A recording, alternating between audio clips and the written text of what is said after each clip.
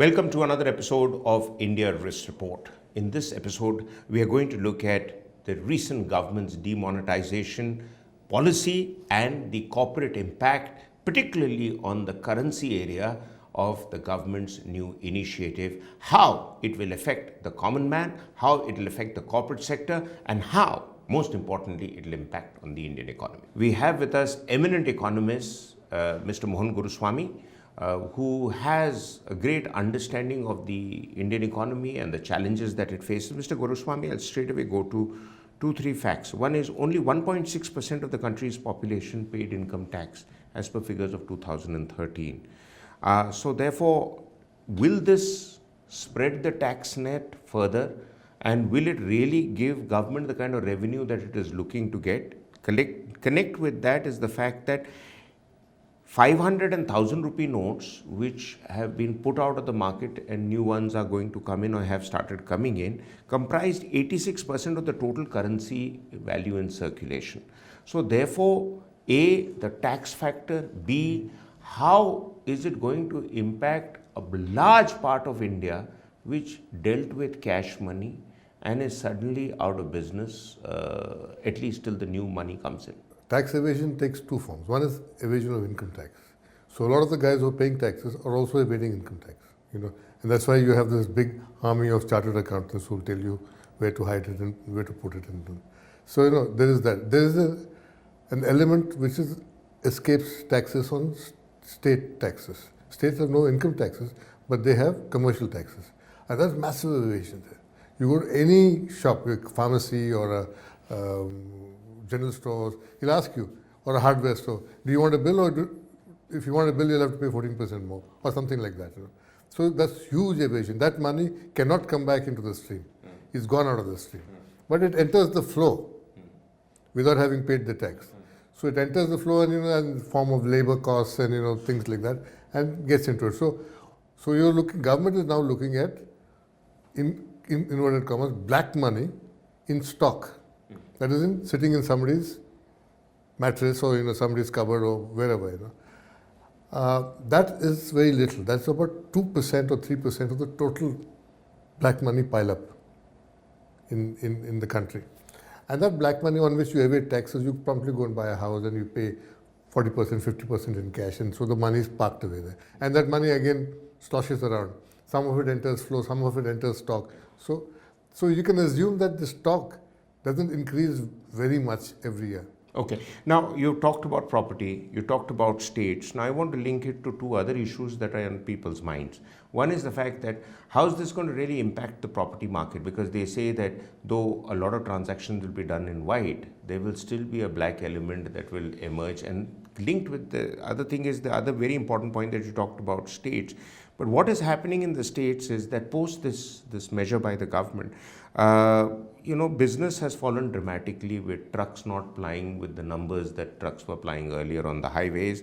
The garment sector in North India has been very badly affected. Plantation workers in South India have been badly affected. So your views on that? No, see, why that is happening is because the cash has been taken out of the market. Yeah. You take 87% of the currency out of circulation, which means you have completely drained the body of blood. Not all that blood is bad blood. Okay. So as a result, today there is no currency notes. So you can't pay workers. For instance, I'm employing right now on my construction site, there are 45 workers there. And there is no cash to pay them. Now, I can give them checks, they have no bank accounts. Or my contractor can give them checks, they have no bank accounts. I can give my contractor checks, but how does he convert it into cash? So it's a huge chain which is completely broken. As far as goods are concerned, perishable goods move by transit, and you got to pay this transit business as cash. Because even private transitors, So it brings me to the question that's on everybody's lips, and Mr. Modi and his government are defending it. Everyone's saying, fine, overall it may have been a good idea, but very badly implemented. Absolutely. What you could have done is, for instance, in Europe, they're demonetizing the 500 euro bill, which is worth about 60 or 70,000 rupees each bill. And it's a good idea because that's favored by criminals and black money holders and tax evaders and all that stuff. So what they've done is they've given till middle of next year, saying that taking this note out, come and change it. Come at your convenience, come and change it. And in our case, what we are doing is, what we have done is that we said, okay, when you want to deposit your money in the bank, or exchange it, just tell us where these notes came from. Okay? And so give your PAN number, give your Aadhaar number. If something suspicious, we'll call you. That filters out the tax evasion. And then you say, okay, if you confess to it was evaded tax, then you pay this penalty which has been announced, 40% more. You're done with it. But instead of that, they put off a guillotine, saying that from this day it's not legal. So that really brings me the question, what was the hurry, sir? There was no hurry, but I think politically they wanted to make a dramatic point. Right. That, or was it to aid the election agenda? No, not really. I think basically to say the economy has not been going well. Growth is slow. They've been tweaking around with growth. And they've got huge irreconcilable accounts in the statements, which they can't close because that will take off that much of GDP. Last quarter was almost 1.4 lakh crores as irreconcilables. So all these things are happening. So there's no job creation. We've created 500,000 jobs in the last 2 years. When you need much more. When you need 12 million a year. Absolutely. So and you need much more. So the investment GDP ratio is plummeting. Tax collection GDP ratio is all okay, static, but you need to jump that up. That has not happened. So what they're doing is test of the economy is jobs. You create jobs, people are happy. Right. And these huge jobless armies are marching around the country. Right. So what you're doing is you turn this into a class war. You said all these guys who evaded have got the big notes. Right. And all you guys in the fields who are toiling are the guys who have been exploited the last 70 years. Now, the last quick question and a quick answer, sir. So what additional steps do you think the government is going to take? I think government has gotten to attract. Basically, first thing, to relieve the pressure, they should say, look, we are extending the date of exchange till March 30th or whatever. The new notes will be coming in and, come and exchange it. And after that, we're not accepting any. So you do it and you close it. Right. Put a closure to it. And when you submit, even if you want to exchange the crore rupees notes, please tell us who you are, your PAN number, your Aadhaar number. We'll keep a watch on you or come back to you. Right. It was simply, painlessly done. So withdrawing the notes. I think every day, what has caused more confusion, every day they're announcing new guidelines, reversing something. First it was 4,000, then it was 4,500, then it became 2,000. Then, we'll check your bank account, then you can go to only your bank, all kinds of things. Even today, they said the new regulations which have come out. So that is confusing people. It's caused enormous panic. They think the government is panicked, so we have to panic. Right. So to sum up, essentially, that there is inconsistency in the government's approach, and also the fact that there would be more and more new measures being adopted just to cover the past follies.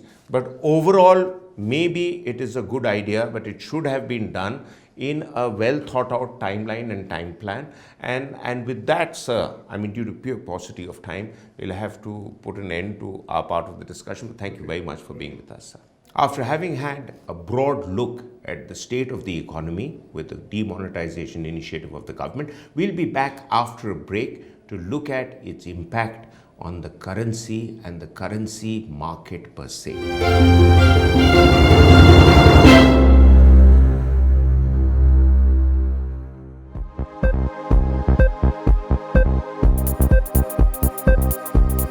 It is almost impossible for you to think through every possible step, because this is perhaps the first time that you are undertaking this, sort of an exercise in India and perhaps even anywhere in the world. Now, so therefore, for example, the requirement of the currencies, how much cash would people need on a day-to-day basis?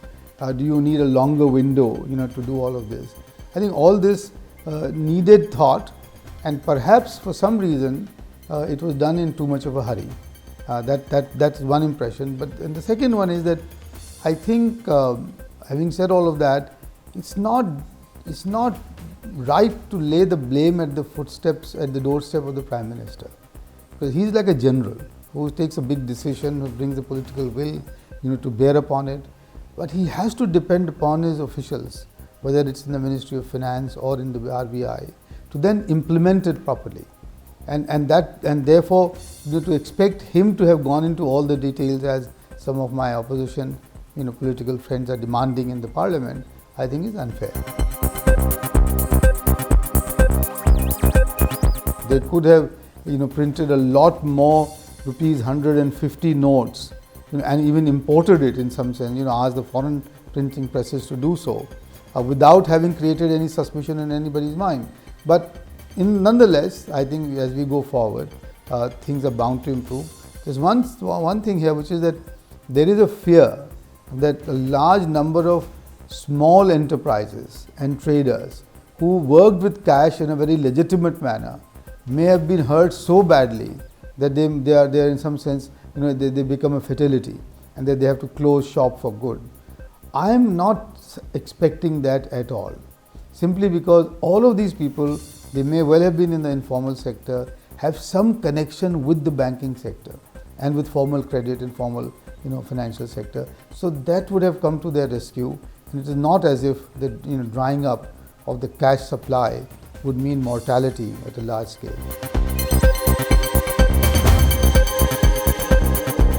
I don't particularly agree either with these very pessimistic estimates of Ambit Capital, etc., who are saying that in these 6 months GDP will be zero, the growth will be zero, or even with Dr. Manmohan Singh, who said that the overall drop in the GDP for 2016 will be as much as 2%. I think it will be maximum, it will be 1.5%. They are not going to be affected, because the Kharif crop, the two major crops there are sugarcane and paddy.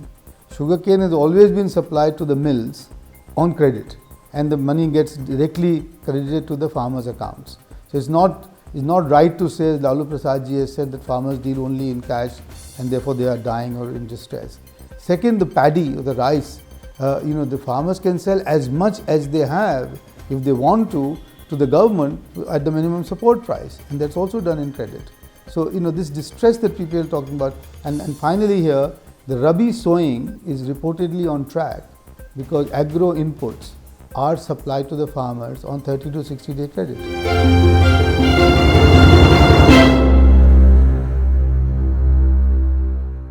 Continuing with our discussion, we have with us Captain Shakil, a former army officer, now head of brand protection with United Spirits and a specialist on counterfeit issues.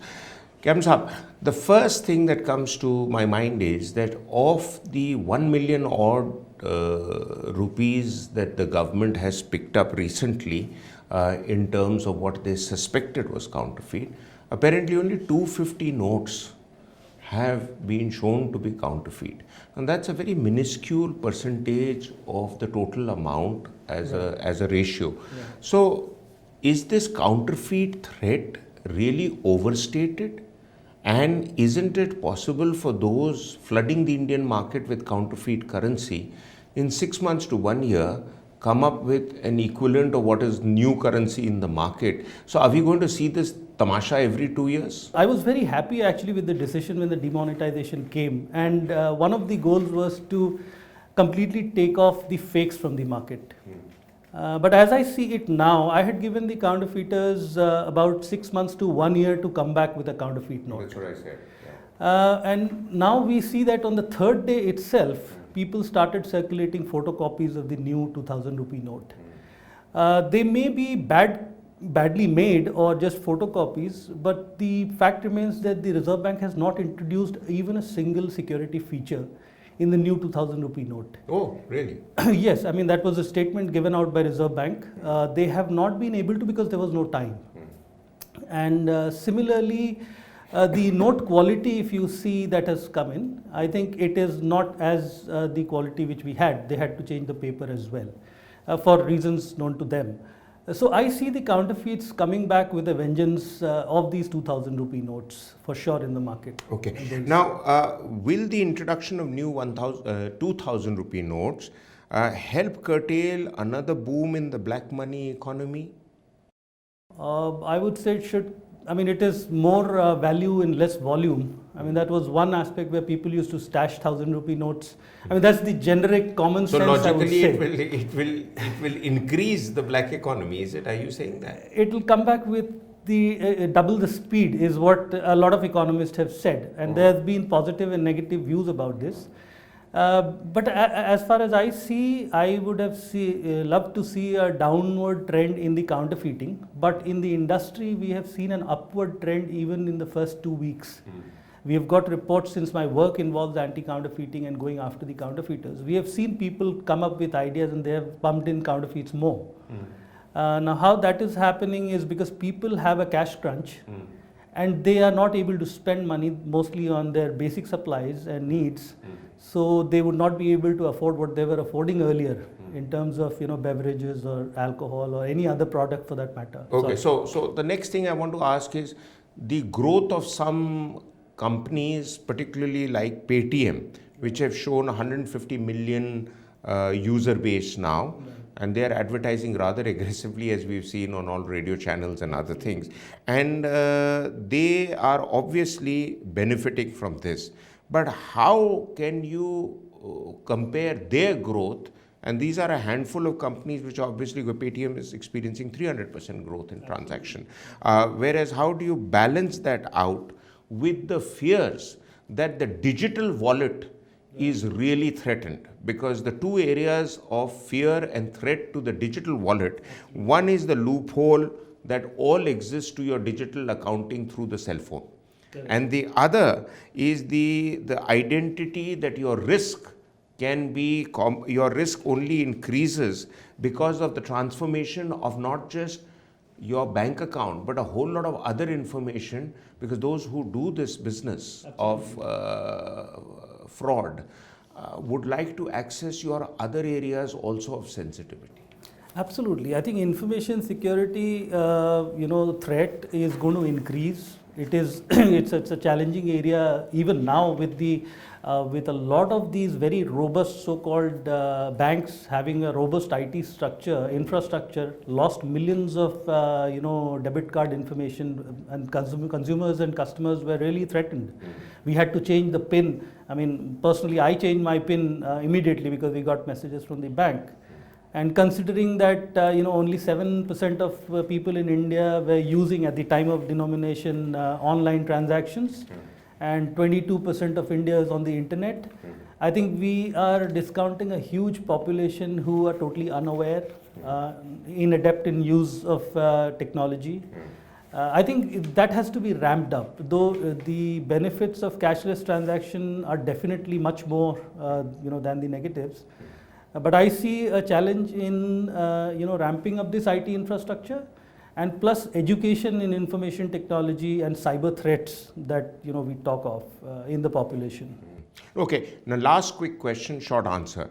Indian government has amended various counterfeit legislations, brought into circulation high counterfeit notes, and it has also called it an act of terrorism. Right. Do you think we can really enforce it with the sheer size of the Indian economy and a lot of people being unregulated even now? Very difficult. I mean, my short answer would be that we have miles to go, before we can even think of, enforcing the policies and the laws that already exist in the land, because I work in that space with the regulatory authorities and the law enforcement.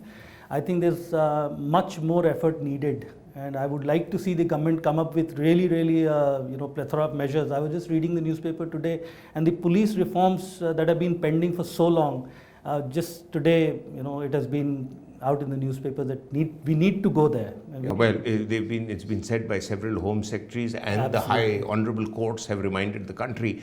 But like that, India, the sheer size of its economy and the sheer unregulated numbers that are in the Indian economy, the challenge is enormous. Thank you very much, sir. We've had extremely important inputs, both from an economist and a hands-on expert who looks at the issue of currency and its impact at various levels in the market. Quite clearly, the challenges are enormous. The government has rushed through with this very important economic reform, but not given the vast number of India's currency users enough time to adjust to the new changes, and that perhaps has going to have a ricochet effect on the economy. Thank you very much for being with us on this show. We'll be back next week with another episode. Until then, goodbye.